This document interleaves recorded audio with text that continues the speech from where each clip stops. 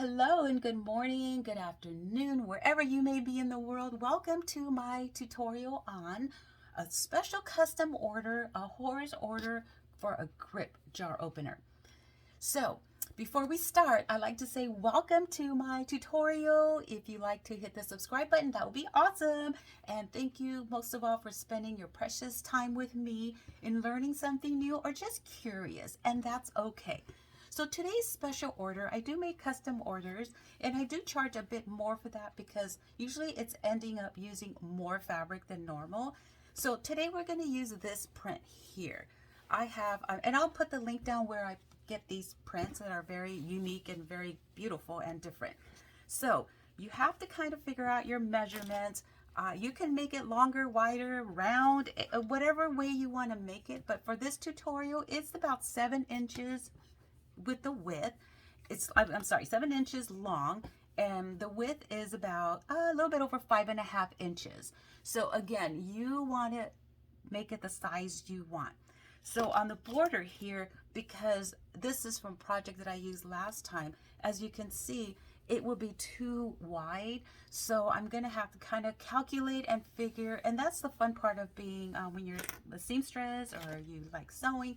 So what I'm going to do, and I figured out, I am going to cut this section from the black line here to the opposite line here, and I'm going to have to stitch it this section. So let me do all the cutting, the measuring, and then I'll be right back.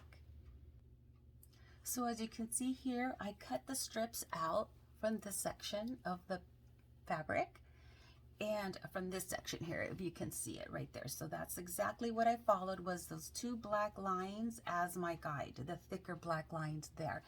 So what I did is I took it to the iron and I pressed it, because what we're going to do is going to do something a little different. So these sides are going to be the long section, and I've already worked on these here. So what I did is I went and pressed it like this. And what I did is I pressed both sides, and that black line is my guide. So I don't know if you could see that. So there's the black line and there's the black line. This one I did have to kind of experiment with it because it was hard to not get the horse's head, make sure it was all pinned down. And that's going to be the border for your actual one section here. Okay, so I'm gonna pin all these down, and all you have to do is follow where you end up pressing it. So what I'm gonna do is I'm gonna get all these 2 sections like this. I'm going to just match them up like this. You can see that. And then that press that I took to the steamer and I pressed it really good, I'm gonna pin it down, and that's gonna be my guide, so I don't chop any of those horse heads. So I'm gonna get all this together and I'll be right back. Okay, so I have pinned it all down. My squares are all matching. Unfortunately, because of the size, you can't get all the horses, as you can see, but we have mostly everything pinned down. So what I did is I pressed the edges, the little black section that was my guide, as I said earlier. This one is just smaller. Here we go. So I just pressed it over, and then this was my guide here, that blue line and that one. So what I did is I tuck it in. It doesn't matter if you want the flap going in the front or back, this little fold here, and then you just fold it over.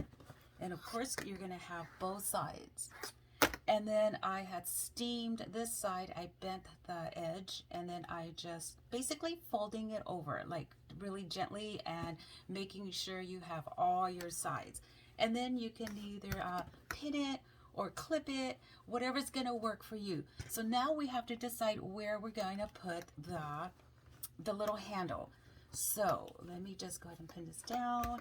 So I'm going to, again, get it from the same fabric. It was the piece fabric that I show in other tutorials, how to make the little ribbon. If you want to see how I do that, for time purposes, I will not do it today, because I also want to show you how to package your item for your person that that has spent their money to buy something like this and have a custom order. And of course it doesn't look straight right now, I can see, but we're gonna get that fixed. So I'm gonna make this one a little bit longer, and then what I like to do is I like to tuck it in this section like that, and then I'm gonna pin it all down. I normally zigzag, as you can see there's a zigzag stitch, but because this is such a nice horse print, I'm just going to top stitch the top and maybe zigzag the middle section. Be right back. So we here have finished our product. I did add a little horse charm. She chose this one right here. So some will want a feather on it. It just depends whatever they want on special orders. I was also able to make a bookmarker here, an extra one as a little gift. And again, this one I got from the same fabric. If you want to learn how to make these horse bookmarkers, you could look at my previous tutorials. We're going to wrap this up and head out to the post office. So what I like to do is I like to show you how I gift wrap my items as I mail them out. So here I just have some really nice tissue paper. And no, this is not from the Dollar Tree. This is from a nice place. I like to buy my really nice fancy tissue that's really good quality, and it won't rip when you try to fold it. So I try to make it like fun. If I'm gonna get something and I'm gonna open it up, I like it to be cute, right? So here I'm trying to make an envelope. So just fold the edges over. And then you're just gonna hold that with, I have a little heart that I put, your support is such a blessing, and I put that right on the bottom to hold that. So when they open it, they don't have to struggle, and they can reuse the paper. It's all about recycling. So then I also like to give them my card. And it's just like the emblem that you see. So I like to put that, I like to tuck that in there. So they'll be able to have that when they open it up. So I'll put that in there. And then again, we're done with this portion.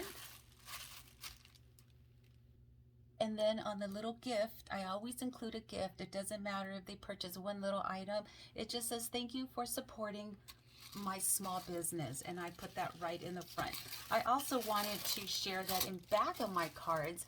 It says, this day is beautiful and so are you. Thank you for purchasing my products. And it has my information, of course, in the front and back.